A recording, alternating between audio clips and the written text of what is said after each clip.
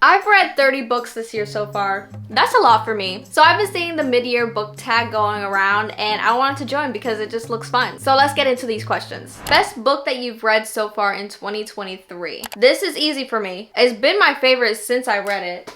Obviously. Book Lovers by Emily Henry.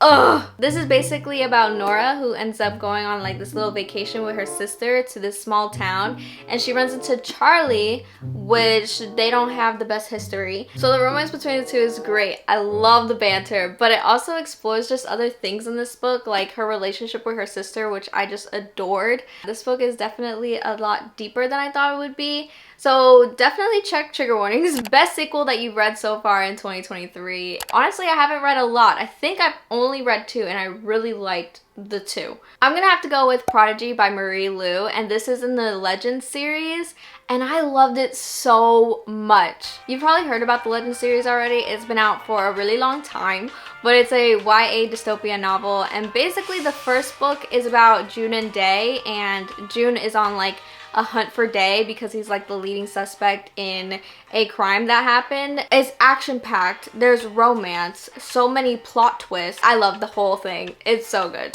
New release you haven't read yet but want to. Happy Place by Emily Henry. I love Emily Henry so much. I've been wanting to read this for so long, but I'm waiting for the paperback and I haven't seen it anywhere, so that's why I haven't read it. But I heard it's so good, and so it just makes me want to read it more. Most anticipated release for the second half of the year. Things We Left Behind by Lucy Score. I read Things That We Never Got Over and I loved it, but the couple that is mentioned in the book, Lucian and Sloane, their book is coming out in October, I think it is. I just know that they're gonna be my favorite. I haven't even read the second book yet, but I'm still gonna read the third book. Biggest surprise. I have like 3 I think I want to mention. The first book I want to mention is one that I was surprised I didn't love, and I feel like it's low-key an unpopular opinion. Love in Other Words. It took me like 2 weeks to get into the first half of the book, and then once I got halfway through, it kind of picked up. There was just a lot of things that I didn't love about this book. One being the main character, Elliot. He honestly gave me the ick at some points, and I found him to be cringy. So yeah, there was that. I think I gave it like a 3 stars because I did enjoy like the second half of the book. I just had higher expectations for it, I guess. And then there were 2 books that I thought I wasn't going to like as much as I did, but I literally loved them so much. The first one I already mentioned, but I'm gonna mention it again real quick. Legend by Marie Lu. I ended up loving it so much. Literally gave it 5 stars. And the second one is 7 Husbands of Evelyn Hugo by Taylor Jenkins Reid. It explores so many topics in this book that I was very unprepared for, which was really risky of me. You should definitely check trigger warnings for this. It's about this really popular Hollywood actress who is now older, and she's basically ready to tell all of everything about her past. I literally felt like I was in the 50s reading this. Like I felt like I was there,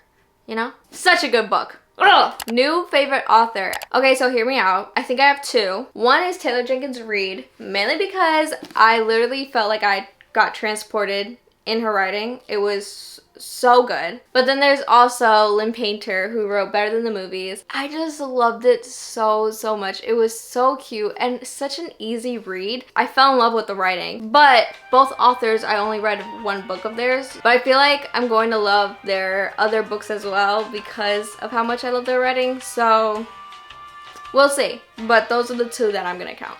Newest fictional crush. I just finished the Shatter Me series, so I have to include Aaron Warner. I love him. I've loved him since the beginning. I loved him since the second book. It was so good. I love Aaron Warner so much. Anyways, who doesn't though? If you read the Shatter Me series, you love Aaron Warner. That's just obvious. Book that made you cry. If I'm being honest, I have not actually like cried for a book all year. It's because I haven't read like a really sad book on purpose because I just don't want to be heartbroken. But if I were to tell you the ones that I teared up for, Legend by Marie Lu, The 7 Husbands of Evelyn Hugo by Taylor Jenkins Reid, and I teared up a little for Book Lovers too. So a book that made you happy, Love on the Brain by Ali Hazelwood. I just thought this was such a cute and light read. I loved the main character B. She was literally such like a boss girl. Like she really just said what was ever on her mind, and I love when a main character has that type of energy. Basically, these two characters have to collaborate on a project for NASA, but they're nemesis, so you know how it is. The most beautiful book that you've gotten so far this year. This one was a little hard for me, and I don't know why. But I ended up deciding on The Summer of Broken Rules by K.L. Walker. I have yet to read this book, but absolutely love the cover, right? But then I just also love the way that the pages are set up. I don't know. What books do you need to read by the end of this year? I think I'm just gonna go with one series because there are definitely a lot of books that I want to get to by the end of this year. But I'm gonna go with ACOTAR series by Sarah J. Maas. I really want to understand the hype behind the series, so hopefully I get to it soon. Fingers crossed. And that is it for the mid-year book tag. It was so much fun answering these questions, giving you guys a little update on how we're feeling the middle of the year. Let me know if you read any of these books and how you feel about them. If you enjoyed this video, please give it a like, and if you want to follow me on my book journey, go ahead and subscribe so you don't miss out on any of my future vids. I'll see you guys in my next video real soon. Bye! Mid-year booktube, that's not what it's called. Booktube, that's not what it's called. So, what? Whoops.